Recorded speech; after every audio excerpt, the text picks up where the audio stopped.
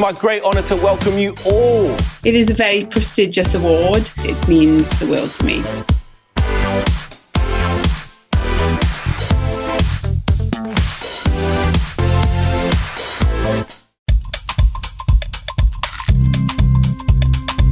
They have great senses of humour. I like to reveal parts of history to them, for I love making history come alive. They are some of the best people that you can come across. To help them open their hearts. I always come back to this quote. How can we be role models to learners if we're not learners ourselves? It's quite useful to get out of our bubbles, not our COVID ones, and sort of see what else is out there. By sharing best practice, we can see the whole picture. We can see what really matters.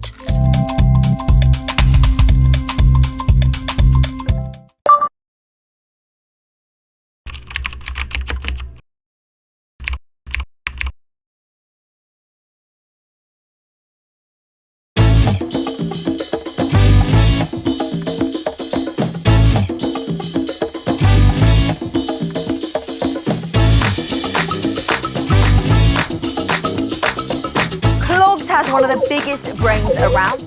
It's easy to forget how much has to happen behind the front lines.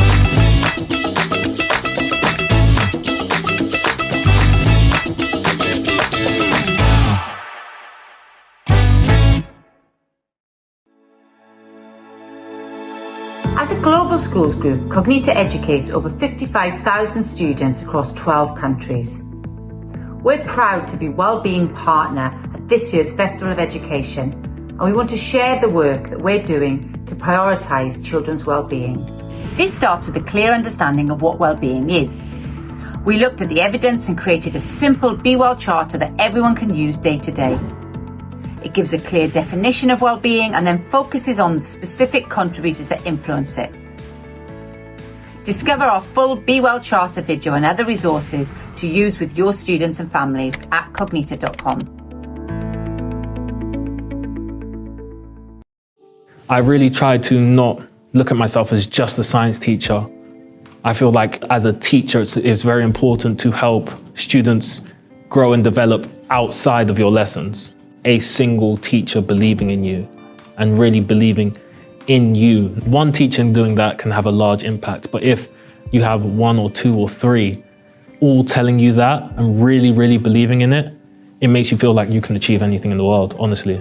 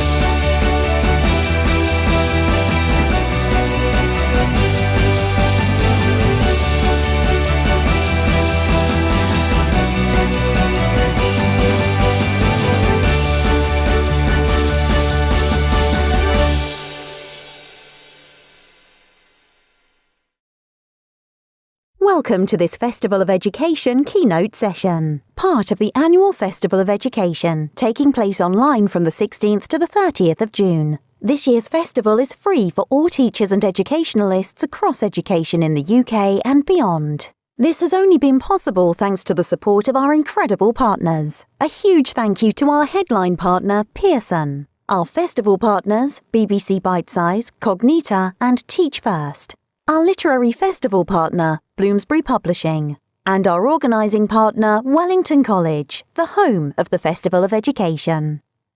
We'd also like to thank our incredible speakers. Over 200 leading educationalists and thought leaders will be providing sessions at this year's festival. On behalf of the audience and organisers, thank you. It's time to sit back and get set for our upcoming keynote session. If you wish to ask a question during this session, please head over to our Slido page to submit questions and vote for your favourites. Enjoy this Festival of Education keynote session.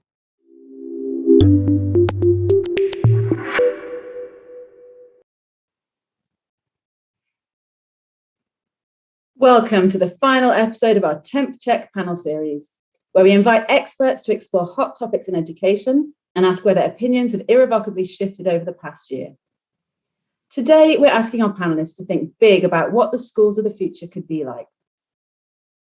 For many around the world, the COVID pandemic has changed patterns of work and life forever. But will the revolutionary fervour reach the school environment? And after all they've just been through, are teachers just too exhausted to think about redesigning the system? And are there even the funds to do it? Today, for the final event of this year's Festival of Education, I'm joined by Alex Beard, Emma Shepherd, Hamid Patel, and Ed Vanker. I'm struggling with the name. Alex Beard started his career as a teacher at a London comprehensive and now leads the Global Learning Lab at Teach for All. I first became aware of Alex when I received a book for his review at Schools Week, Natural Born Learners. It was a fascinating read, with tales of his journeys all around the globe in search of the practices that will shape the future of learning. And I particularly remember a weird and wonderful coding school in France, I think for kids who dropped out of school. So Alex, I'd like to ask you, what was the weirdest thing you saw in all your travels? The weirdest thing I heard about, I didn't actually see. I was in South Korea for the Sunyung, which is their big exam that they do at the end of secondary school. And it takes place on a single day, and kids go to these halls, hundreds of thousands of teens doing 8 hours of exams. It's so intense that they have police on motorbikes waiting on the streets to accompany kids to get to the exam hall on time. Because if they're late, they don't get in, and that's it for the year. Anyway, I didn't see this, but I spoke to a boy afterwards. He was called Seung Bin Lee, and he told me he got so het up about the exam and his performance that halfway through that day, he'd gone to the bathroom and taken off his underpants because he thought that would help him with his exam performance. That was the weirdest thing that I heard. Many questions, but not time to go into that. Emma Shepherd, as well as an English teacher and lead practitioner, Emma is the founder of the Maternity Teacher, Paternity Teacher Project, the UK's charity for parent teachers. I first met Emma when she spoke at a Women Ed event at a school somewhere in South London in 2016. And I remember wishing I'd met her a few years earlier when I was a parent of young children. Emma, you've always been a hero for me and how you refuse to apologise for being a parent and a highly effective employee at the same time. So can you tell me, what is the stereotype about working parents that most annoys you? Hi, Kath, and thank you so much for that lovely introduction. I'm blushing a little bit. I think the thing that bothers me most is any sort of flippancy that separates issues that affect working parents to issues that affect the economy. I think that what we've seen in the last year, 18 months, is that childcare is the economy. And enabling our workforce to work when they become parents is essential to keep our country moving. It's not a flexible working, the motherhood penalty, baby-friendly networking, childcare and juggling home and work life isn't something that's cute or shouldn't be dismissed with phrases like, oh, I just don't know how you manage it, because in order to manage it, that's what we need to do to keep our country running and to keep our workforce on its feet. Thank you, Emma. Hamid Patel is the Chief Executive of Star Academies and has led the trust since its inception. The chain has 30 academies across the Northwest, the Midlands and London, and it's just signed an agreement with Eton College to bid jointly to open 3 selective sixth forms through the next wave of free schools. The sixth form colleges will offer virtual teaching from Eton's own staff, and students will be given the chance to learn Latin and attend Eton College each year for summer school. Hamid was knighted earlier this month in recognition of his services to education. Hamid, your trust has 30 academies of all types, primary, secondary, religious, non-religious, in different locations across the country. Can you tell me, what do you think is the most important quality in a head teacher? Thanks, Kathy. I'll give you three qualities. Number one, they need to understand their context, the strengths, the needs, and the opportunities and challenges of the learners, their families, their communities, their teachers and support staff. Number two, they need to know themselves well, recognize their own strengths and shortcomings, and have the ability to develop the strengths of others, staff and pupils. And lastly, they need to be a happy warrior, a warrior such that they are prepared to fight each day for their learners and their staff and take on that mission directly. Happy that they have the resilience to treat each day on its own, to remain balanced in the face of adversity, and to be able to switch off and compartmentalize when needed. What a lovely answer. Thank you, Hamid. Ed Vanker is CEO of the Reach Foundation. He was principal and co-founder of the Reach Academy Feltham and co-founded the Reach Children's Hub. He was in the first cohort that did Teach First in 2003 and worked in London before spending 4 years in North America working with Teach for All. Ed has sat on a number of commissions and panels and was awarded an OBE for Education in 2019. Ed, if you could start your career all over again, what is the one biggest thing you'd do differently?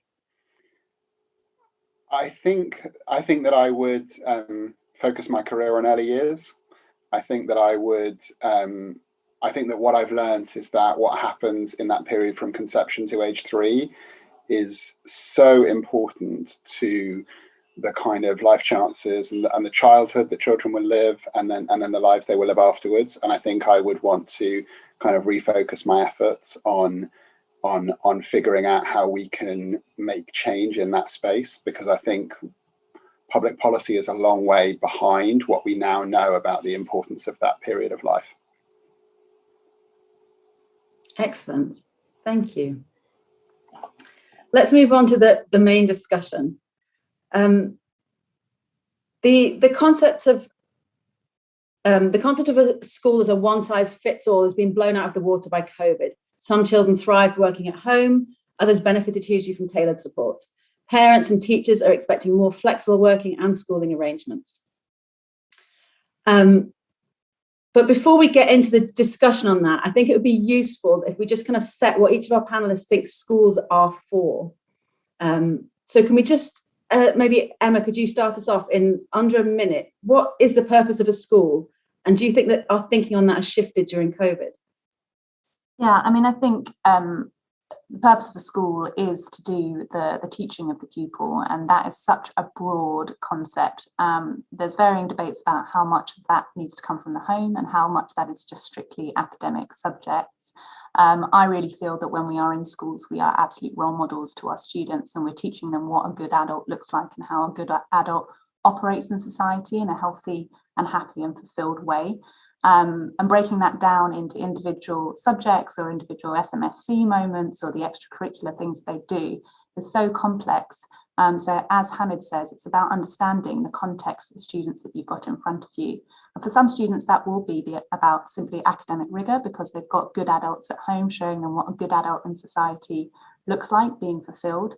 For others, that might be some more pastoral efforts in terms of plugging the gap or opening up opportunities that they don't necessarily have because of the context they're living in. Thank you. Hamid, 1 minute. What's the purpose of a school? Over the past 15 months, our schools have been heroic in responding to the greatest crisis of our generation. We've stayed open to look after the children of our doctors and nurses, and we've helped to feed disadvantaged families and raise thousands of pounds to support those who are vulnerable in our communities. And during lockdown, we've continued to deliver learning virtually, checked on the well-being of our learners, all whilst juggling our own family commitments. As a result, schools are no longer simply places where qualifications are delivered. Instead, they're an essential part of our nation's resurgence in terms of economic and social health and well-being. So, of course, our schools principal purpose continues to be provision of an excellent education that sets young people on the right pathway to their future opportunities. But there is this sort of civic role that schools have sort of stepped up to. And in my view, we cannot go back to normal. Getting back to normal might be what advantaged communities want, but normal was not a good place for many children. The new normal needs to be founded on equality and the roles of schools as sort of civic sort of institutions and community institutions. Thank you, Hamid. I look forward to hearing more about that during this discussion. There's a lot of food for thought. Alex, what's your take on this question? Well, I think I have a similar thing to say. I mean, first of all, just enormous respect to all of the panelists who've been working through these tough times in their schools. I think, first of all, I think it is deeply contextual, this question. I saw schools in California where it felt like their purpose was to create tech execs. Schools in Finland where it's all about building the social fabric of that country. Schools in Shanghai where it's all about, being a good citizen, getting great exam results. So I think it's different. And, I might have said pre-pandemic that my understanding of the purpose of the school was something to do with preparing kids with the knowledge and abilities to shape a future where they can be happy, healthy, and live a sustainable life. But I think, to Hamid's point, there has been a bit of a shift maybe, and in my thinking too, from schools doing that to schools maybe as supporting or strengthening the kind of collective well-being of children and communities. And I think it's like potentially a welcome shift as long as we can provide the right kind of, environment, support, resources, policies to enable that. So a shift maybe from thinking of the individual's education to the resilience and well-being of communities and kids as a group. Thank you. Ed, your school and your children's hub was kind of thinking that way, from what I understand, before the pandemic. What's your view on this? Yeah, I think we've been thinking this way largely, I think, since our school opened in 2012. I think, I do think the purpose of school is to help set up children to flourish, to make sure children flourish during their childhood, to set them up for future success. I think it has kind of citizenship implications. It has a role in making sure that we have the kind of informed population that we need. But I think that in a way, this kind of role that Hamid and Alex have kind of eloquently described around kind of becoming more anchor institutions, I think reflects a growing understanding of the impact of the barriers that many young people face to having that life, to being able to flourish. And I think, what we've seen around the kind of campaign that Marcus Rashford led around this growing understanding of this concept of catch up. Now, the gap that we see now is bigger, but we had that gap before, and I think the society and there's greater awareness of that, and I think those barriers that many of our young people face, particularly in some under-resourced communities, have always been there. And so I really welcome this idea that schools can play a larger role, but I think that larger role is about helping children in their schools to flourish and to be successful, and reflects a growing understanding of how to do that and what those young people need. Thank you. We might have had a lot of consensus there. That happens sometimes when one person kicks off on something quite strong, everyone jumps in and agrees, which is fine. We'll move on to the remote learning question. We can't talk about this topic without talking about remote learning. It's been a big feature of the pandemic year. So what has COVID taught us about how schools can make use of remote learning in future? Hamid, you've just signed a partnership with Eton College where remote learning will play a large part. How do you think that schools should be doing this more? How do you see that going forward? In terms of the Eton partnership, yes, digital and remote learning will be a significant part of that partnership. The core A-level subjects will be delivered in person by teachers in classrooms. However, we will also be preparing a series of online courses that will enhance the sort of Star Eton College experience and set them apart from their peers. We're looking to take students beyond the curriculum, exploring topics that are not part of mainstream curricula. fill in the gaps between disciplines, perhaps exploring mathematics and philosophy or religion and science, offer subjects which are important at university level, but not at A level, such as archaeology or anthropology. So Eton and STAR will work together on the design, management, and quality assurance of these online courses, and they'll build on Eton's pilot program of one device per child policy and their development program led by their Tony Little Centre for Innovation, Research and Learning to strengthen teachers' digital skills when implementing the sort of Eton curriculum.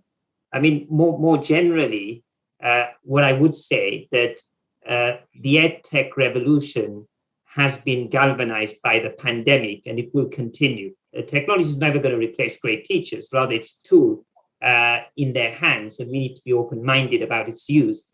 So in the next sort of 15, 20 years, I have no doubt that we will invest in the use of technology to deliver transformative learning, using AI to deliver learning in subjects such as maths, robotics to teach languages, virtual reality to teach science, and so on. We will be piloting some of this at the Eton colleges. Thank you, Hamid. Ed, do you think there should be more blended learning in future? And has that even worked in an area kind of high deprivation during the pandemic? I think that blended learning has worked for lots of children, and I think I'm sure it is really valuable. I do think that there's growing realization from teachers of the impact of video. One of the things that we've been doing for a number of years, especially in primary, is when we set homework, was to film kind of model examples and to have that available. And it took the teachers a couple of minutes to model a couple of questions. And it was completely transformative for parents in terms of their ability to support children with their homework and to give children a really clear and easy tool to be able to revise and review what they've done. And I think we've seen that also with the kind of flipped learning and pupils watching videos or reading content before a lesson. I think that can be really helpful.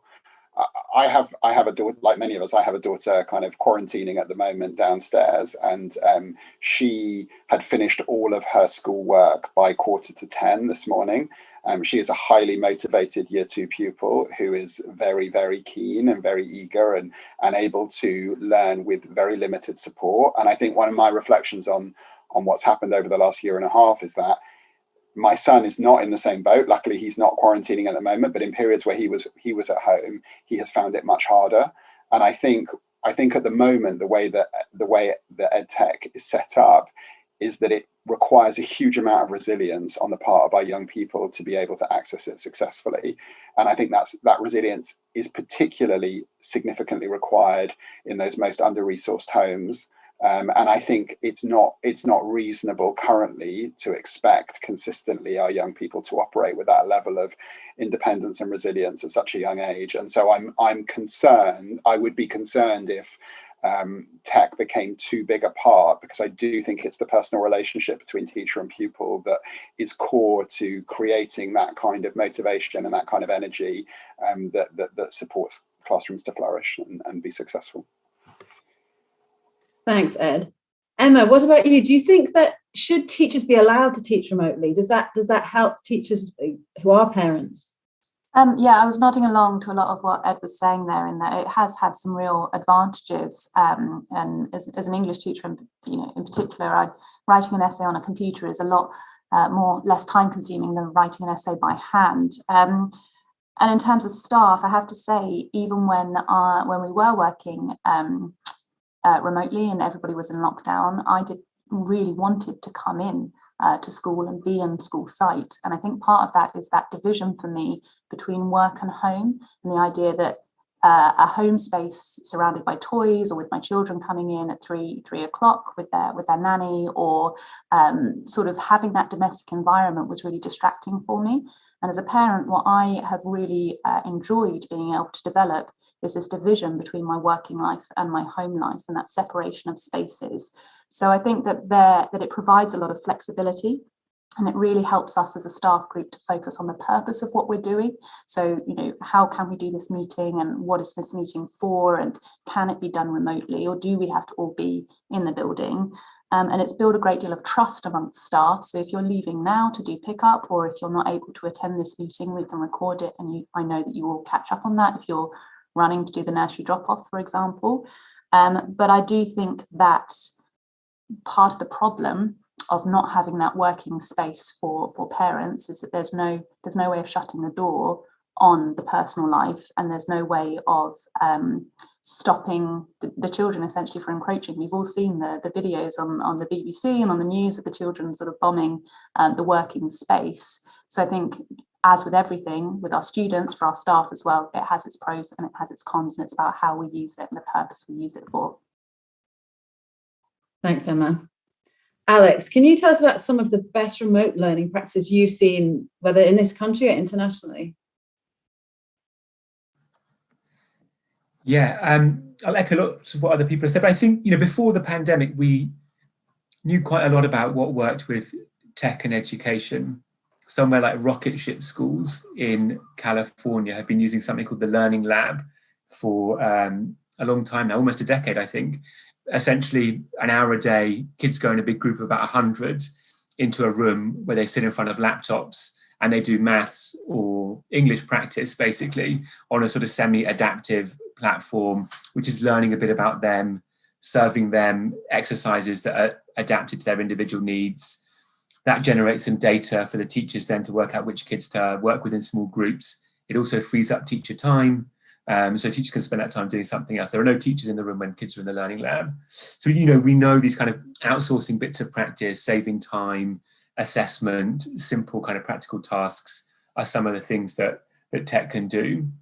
And I think that, during the pandemic, probably what we learned was, those are the things that tech can do. There aren't sort of these magic extra things that we're going to discover. So we saw teachers in our network,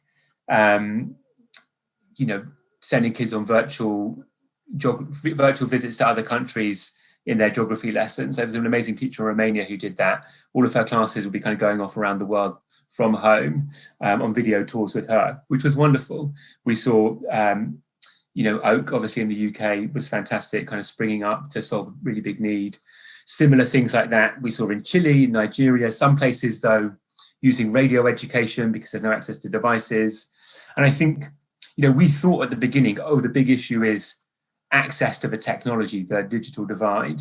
What we need to do is to ensure that kids have access to the tech. But I think what we learned through the pandemic is, in a way, that was almost less important than what you might call like the access to humans, the kind of human divide. So it was the kids who had access to their teachers still, or who had a supportive home environment, that I think were most able to continue learning, or had the resilience that Ed talks about already.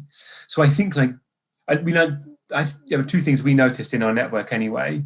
One, to echo everybody else, tech is not an improvement on the face-to-face teaching, but it can allow flexibility. It can allow extension of some of the things that a teacher does, but also that it's not really smart tech, but smart humans that are going to make the difference in the use of technology. Like, we didn't see AI suddenly solving this issue. We saw groups of teachers coming together to create things that their kids needed to support them. And that's where all the energy was. So I think it's like how we think about the roles of teachers, preparing them, equipping them with these kinds of tools in their careers that will be the future, rather than, the AI that's going to come and sort of solve human learning, which I think, is still a long way off, if it ever happens.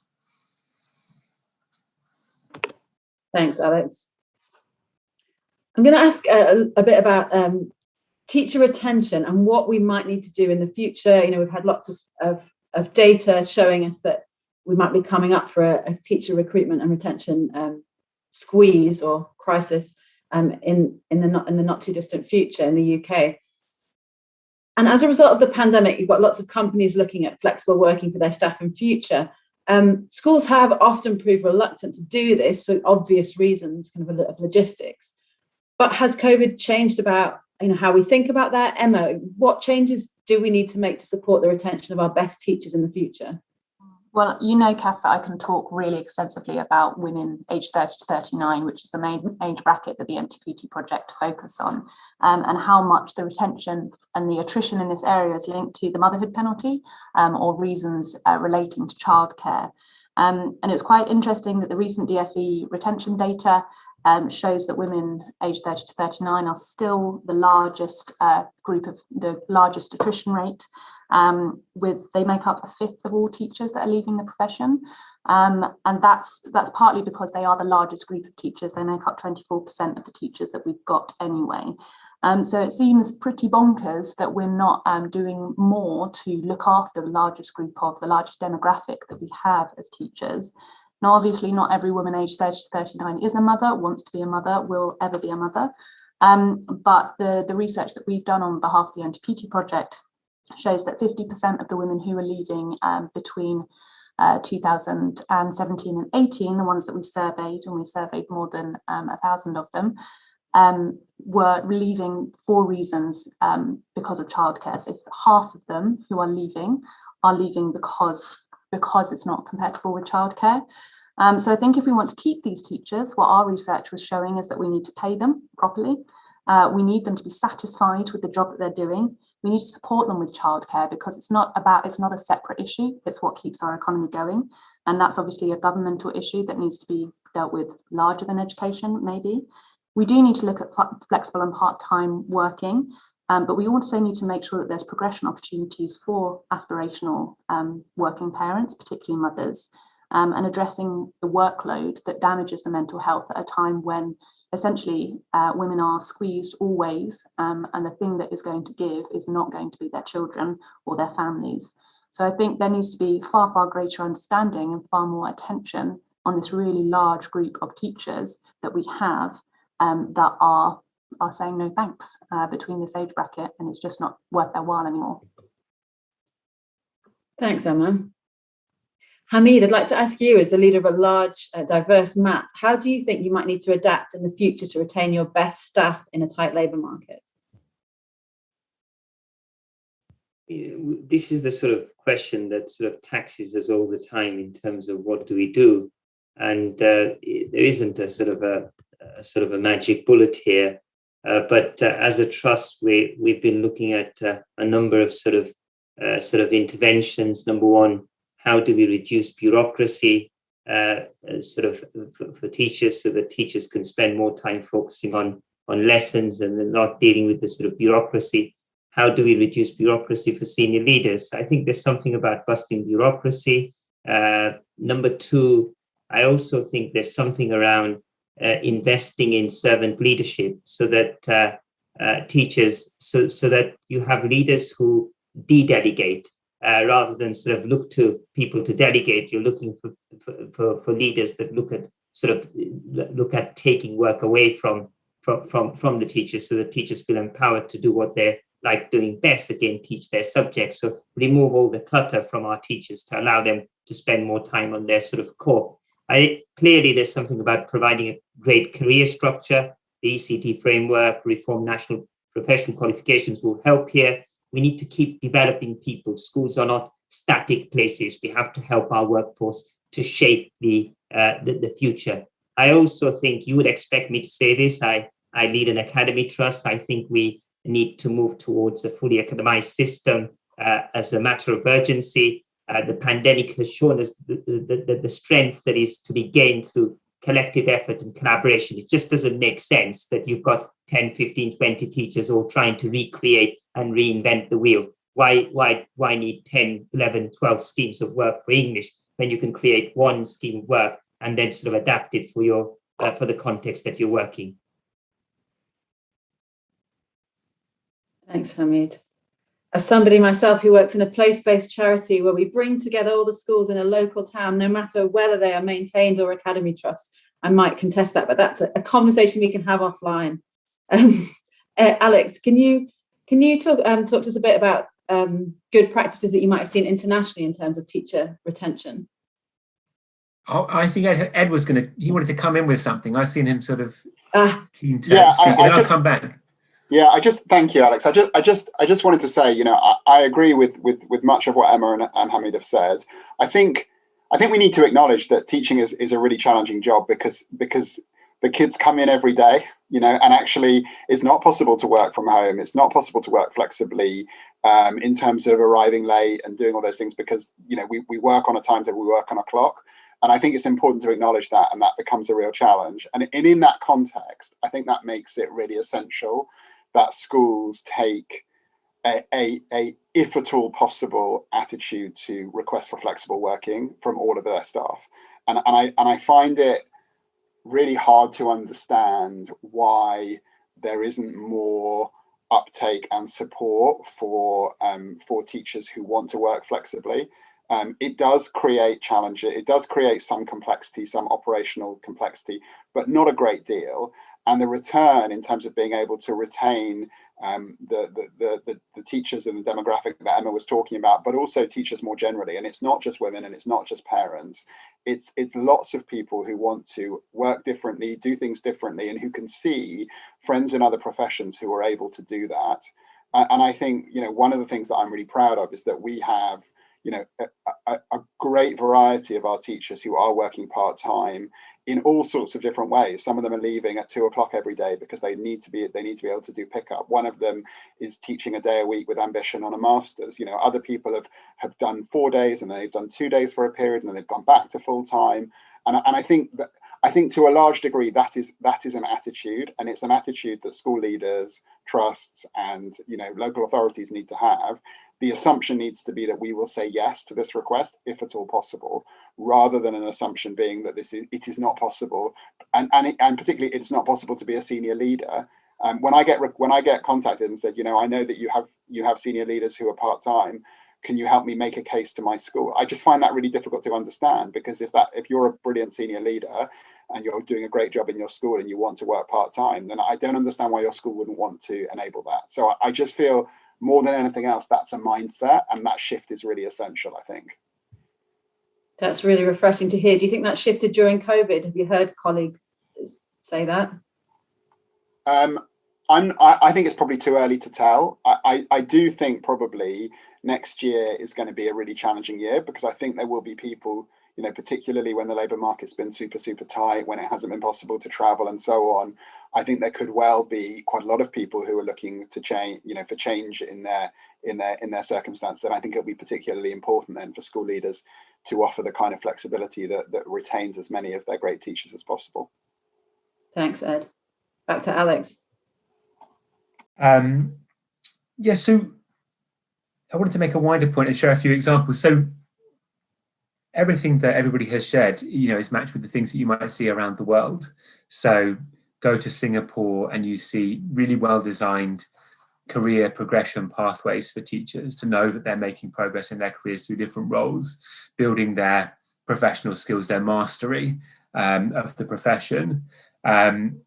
In Finland, I think maybe it's a bit different. It's more the context around the profession. If you've got great early childhood provision, great social services, youth services, great support for what's happening around schools, you alleviate a bit of the pressure on teachers. They have a bit more time and a bit more space, which I think breeds a certain sense of professional autonomy, retains teachers. It's hard to get into the profession as well because it's very desirable. And then I think of this school, High Tech High in California, where they have supposedly about 1,000 applicants for every one new teaching place that comes up. And there it's all, it's in San Diego, so it looks pretty nice, and it's 300 days of sunshine a year. But there's also a lot of autonomy to sort of design curriculum, design experiences for the kids, and so on. But I think, those are very contextual, but I think there's two things which are common to all of those examples, which it falls to us as a society to think a bit about. In all of those places, teachers have a high status. Teachers are respected, they're valued by society. It's considered to be, a great profession to go into. And secondly, there's this really good sense of cohesion in each of those examples between teachers, parents, policymakers about what education is for and what people are trying to achieve. And I think that status and cohesion are probably the things that are most important there. And for us, I think we have a question. That's not how our discourse around schools and teaching goes these days. Although my hope is that with the pandemic and the focus on kids and the amazing things that schools and teachers have been doing to sort of sustain kids and communities through this, we might have an opportunity to reshape that narrative. Although, of course, many things threaten it too. Thanks, Alex. Emma, you just wanted to come back on the point there. Yeah, I just wanted to pick up on the ideas of value statements that Alex was talking about. Now, I've taught internationally, and I think with the expat lifestyle, those value statements are very, very obvious. So as an international teacher and as an expat international teacher, you've got so many status symbols to show how much you are worth to the school and how much it costs to replace you. So the retention packages and what they often offer is because it's a real ball ache. Can I say that on Education Fest? Sorry, to replace a teacher and get them out there from the UK, and the value and the experience we have from the beating heart of the British international school education system. And I think there are lots of ways to value staff without giving them an apartment or giving them a flight home or a gym membership or the big parties that you often have as expats for the networking events. But we often, I think schools in the UK don't necessarily have that business headedness of how do I keep this expensive unit, this part of my organisation, because it costs more to replace them, or I've invested so much money into this part of my organisation. I think we really miss that trick.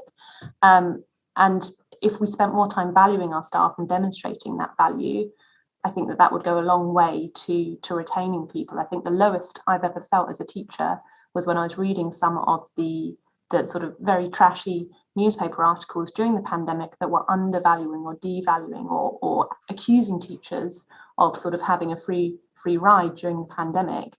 And I've never felt so undervalued, and so just wanting to chuck it all in, because if we're doing this difficult job, as Ed says, day in, day out, and we're still not valued for that, then it makes it really, really difficult to want to keep going, especially at times when we're sort of losing sight of why we're here and what we're doing, which I think this year has really emphasised.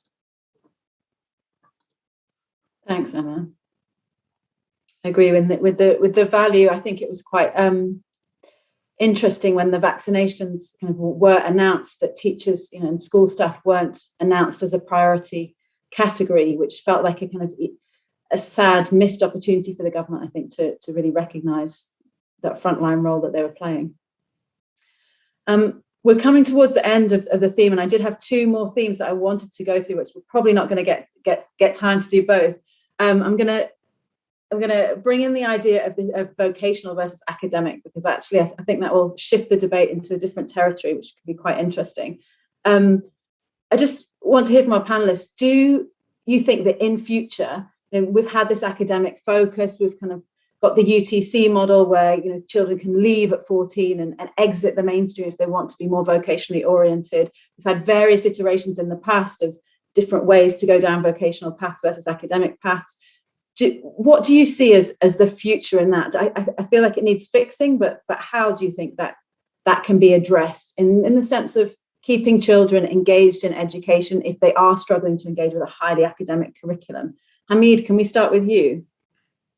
So what I would say is that the best schools will, and we're talking about secondary schools here, we're not talking about colleges where you get into greater specialization, but the best schools will encourage most of their learners to have a blend of academic and vocational courses, because they recognize the benefit of both academic and vocational courses. The second point I'd make is that it's important that VQs are designed to be as ambitious, challenging, and valued as academic programs. We need to start looking, they need the same sort of parity in terms of status. And thirdly, we also need to recognize that the new growing careers of the near future, cybersecurity, etc., may also need us to devise and design new VQ courses.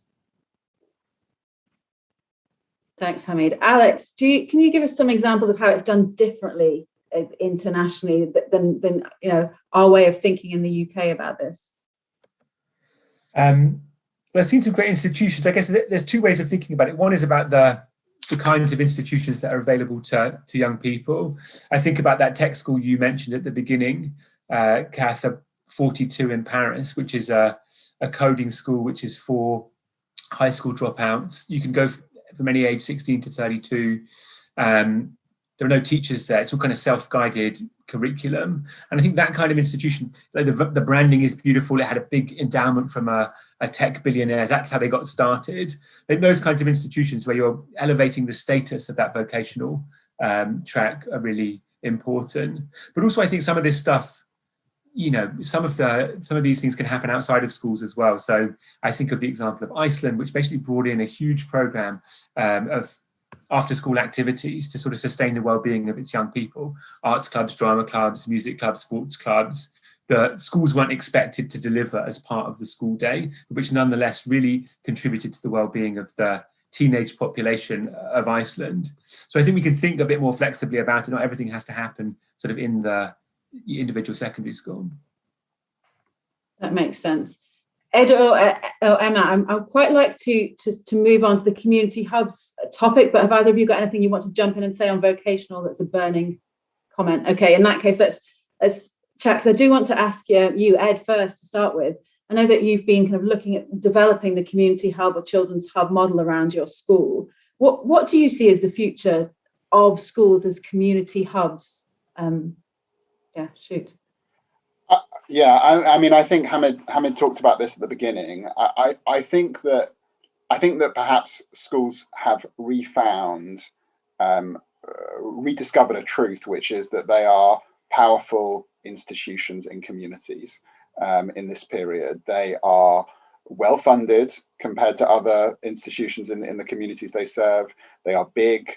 They have a lot of resource, relatively speaking, and they are universal and they are trusted. And I think that means that there is huge potential for the role that they can play. And I think it's important that they are intentional and thoughtful about what that role looks like. And definitely in our work in Feltham, we spend a lot of time thinking about what we're not going to do and kind of social challenges that the community faces that we're not going to do. But actually, I think there is a huge amount that schools can do. And I think a lot of it is a mindset. And I think one of the most important things, one of the things that's been really transformative for us has been really embracing community organizing and principles around community organizing and really listening. I was really challenged. I was asked how often I have a conversation without an agenda, and I realized that was extremely infrequent. And actually, when I pretended I least had an agenda was when I most had an agenda. And actually going out into our community and asking the question, you know, what puts pressure on you and the people around you, gave us such insight. And that journey of community organizing has fostered amazing leadership from our parents, from our young people who are now like really engaged in making change in Feltham. And I think that kind of mindset, together with the really amazing place that schools have, that trusted universal anchor role, can have a really transformative effect in communities. And I think opens up an opportunity for schools to take a really long view about the role that they can play and the change that they can affect, which isn't necessarily about this group of year 11s, but is actually about what this community, what kind of place this will be to live in the next 20 and 30 years. Really interesting. Thanks, Ed. Does anybody want to come in on the role of the school in the community? Emma, go ahead. Yeah, I think it's not necessarily what it's going to look like in the future, but just emphasising that it always has been. And I think COVID has really emphasised how much schools have been at the heart of every community, whether we've sort of noticed it or not. I mean, even with 2 children and being a teacher, I work across 4 school communities, and that they are working in so many different circles in terms of the influence they have. So my own school, we used to rent out to a cheerleading troupe and to the council music group, and that has stopped because of COVID. So all of that community enrichment doesn't exist anymore. My children's school, we've just started to see the extracurricular building lettings starting to happen again with the music and their dance. I'm like, my main community as a parent is the parents of my children's school, and the support and the network and the friendliness that has come with that, and the joy that has come from knowing other adults in similar situations to support my children and to show love and care to my children. My daughter's nursery, but also the French school that my children go to at the weekend. It's in a different building, but again, you've got another way that a school is acting as the pinpoint of a wider community cohesion and integration and power there. So I think it's not necessarily a case of, will they be community hubs in the future, but it's recognizing that they already are and already have been and already will be, and recognizing that and investing in that now that we've seen the damage caused when that's taken away. Thanks, Emma. Before we wrap up, Alex or Hamid, would you like to come in on the school's role in the community question in the future? Good. Okay, I'm going to ask the final question then. Finally, to sum up, I'm going to ask each panelist to tell me what is the one biggest change you predict in schools in 20 years' time. Let's begin with Hamid. Thanks, Kath. China, this will be China's century. So I think much of the provision in our schools will be more oriented towards competing with and benefiting from the economic, political, and social implications of a powerful China. We'll have curricula geared to benefit from the supply and demand that comes from the Chinese economy, as well as other geopolitical priorities, CS, automation, cybersecurity, climate resilience. Mandarin will be a highly popular MFL, and our days at school will be longer as we try to compete. With automation being a significant part of our industry, it's also likely that we'll be working with doing a lot more on a value-based learning to ensure that our schools strengthen the active citizenship and democratic character of our young people. Thank you. I think I'm going to write these down and come back to you all in 20 years and see who's won the competition. That's quite the vision there. Ed, what do you think the biggest changes in 20 years' time for schools? I can't believe you asked Hamid to go first. That's a tough act to follow. I think the thing that I'm thinking is a hope and also a prediction is that we get much better at serving our most vulnerable young people, and particularly those with the most complex additional needs. I think that at the moment, our schools are trying to squeeze those children into a particular type of experience, and it's often incredibly challenging for parents and families to get the deal that those children to get the experience that those children need. And I hope in 20 years there will have been sufficient advances in the way that we think about difference and the way that we think about additional educational needs that we can be much quicker to identify, support, and offer the kind of provision that those children need and deserve. That's wonderful. That's the theme of the integrated partnership that my organisation is part of right now. A big focus at the moment is this upstream working piece and really looking at how we can shift the focus to upstream working and the government funding towards that. Ed, do you want to come back?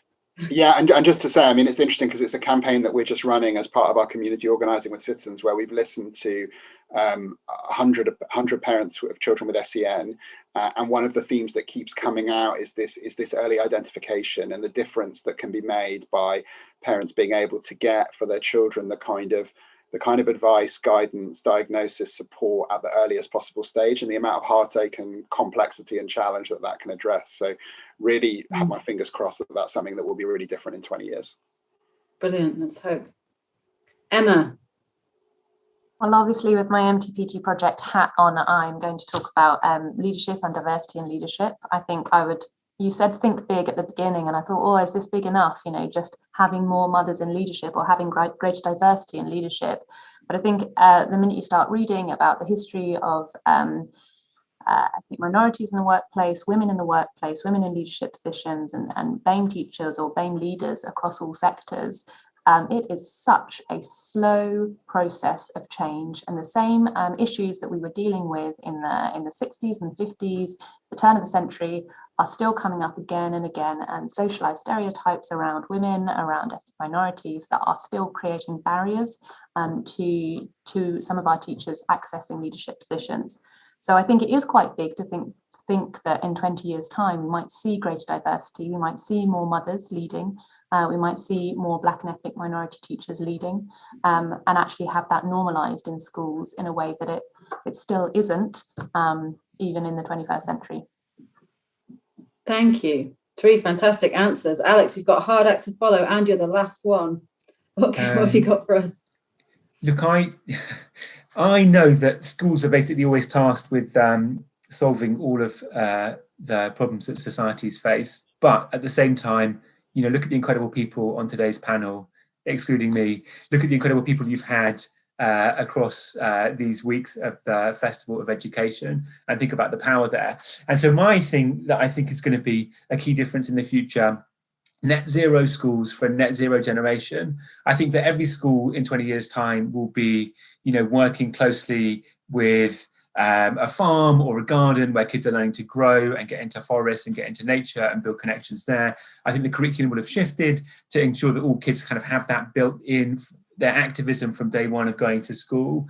There'll be deep engagement with sustainability, food, agriculture, energy through the curriculum in ways that are slightly more provocative than it is currently.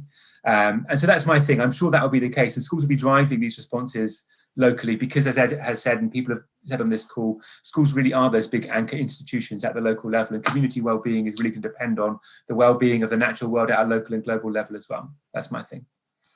Fantastic. Love them all. Thank you. And thank you to all our panelists today and to everybody who's participated across this year's online Festival of Education. And we hope to see you next year in the flesh at Wellington College with hay bales and all. Thank you. Sorry, Kath, can I just do a shout out before you leave? If we get together in college, I know that babies are very welcome there. I've attended with my Lucy and I've seen other babies attending at Wellington College. So if you find yourself on parental leave next year when Education Fest is going on, please do feel free to bring babies. There's lots of bean bags for them to sit on. Great. Parents to attend. Thanks, everybody.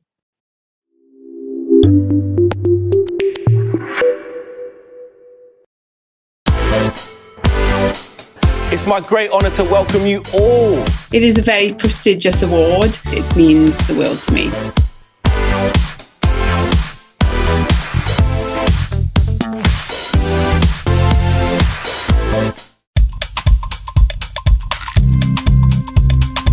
They have great senses of humour. I like to reveal parts of history to them, for I love making history come alive. They are some of the best people that you can come across. To help them open their hearts. I always come back to this quote. How can we be role models to learners if we're not learners ourselves? It's quite useful to get out of our bubbles, not our COVID ones, and sort of see what else is out there. By sharing best practice, we can see the whole picture. We can see what really matters.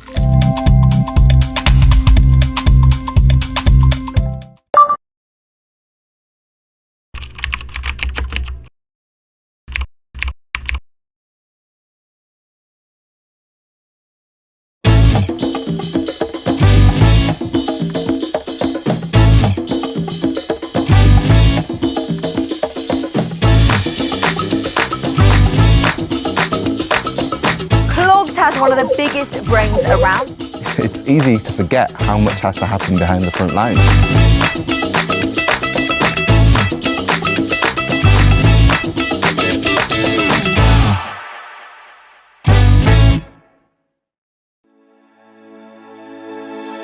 As a global schools group, Cognita educates over 55,000 students across 12 countries.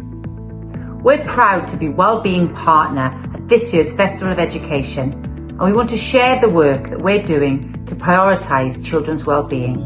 This starts with a clear understanding of what well-being is. We looked at the evidence and created a simple Be Well charter that everyone can use day to day. It gives a clear definition of well-being and then focuses on the specific contributors that influence it. Discover our full Be Well charter video and other resources to use with your students and families at cognita.com. I really try to not look at myself as just a science teacher.